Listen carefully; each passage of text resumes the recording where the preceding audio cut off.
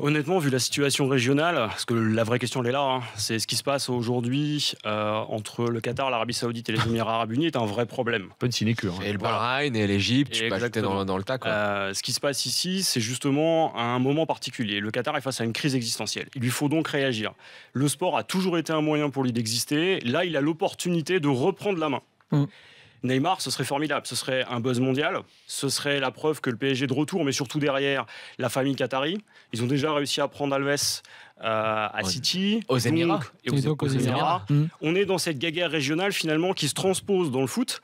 Et là, on est vraiment sur un autre enjeu. On est sur une instrumentalisation du sport. Et Neymar, finalement, c'est juste un objet là-dedans. 500 millions d'euros pour lui. Est-ce que c'est un vrai problème pour le Qatar aujourd'hui ?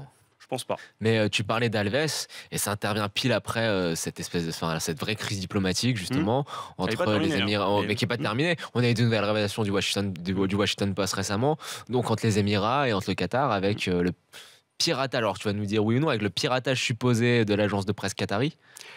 Après, c'est toujours pareil. Hein. C'est deux versions qui s'opposent. Là, en l'occurrence, pour ce qui est,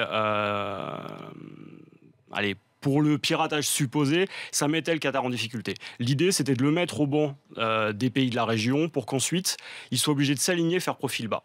Il avait pris trop de place, trop d'importance. C'est comme si un petit club aujourd'hui arrivait à dominer tous les autres. Il poserait un problème. Le Qatar est dans cette situation. Aujourd'hui, on voit le Qatar réagir par le sport, avec le sport. On peut se demander d'ailleurs si le sport va pas lui permettre de revenir devant ou si c'est pas lui qui va l'amener à tomber. Tu trouves pas ça curieux de vouloir réagir par le sport à des accusations qui sont quand même assez graves? Accusations de soutenir les frères musulmans, ce genre de... C'est ça pourquoi en fait. Pourquoi soutenir le réagir terrorisme par le sport? Parce que ça paraît un faible enjeu. C'est un moyen. Alors, c'est un moyen. C'est-à-dire qu'il faut imaginer qu'il y a 20 ans, personne ne savait ce qu'était le Qatar, où ça se trouvait, dans un environnement régional complexe. Il faut quand même imaginer que le Qatar, c'est l'équivalent de l'Île-de-France. D'accord ? C'est donc un tout petit endroit avec moins de 300 000 Qataris, donc, qui ont la nationalité, et donc qui ont un vrai besoin de visibilité.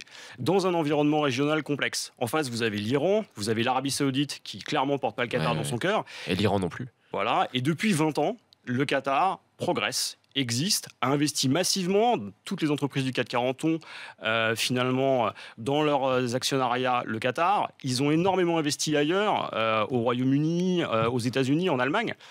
On est dans une situation où le Qatar a besoin d'exister parce qu'ils se souviennent d'une chose, c'est le Koweït.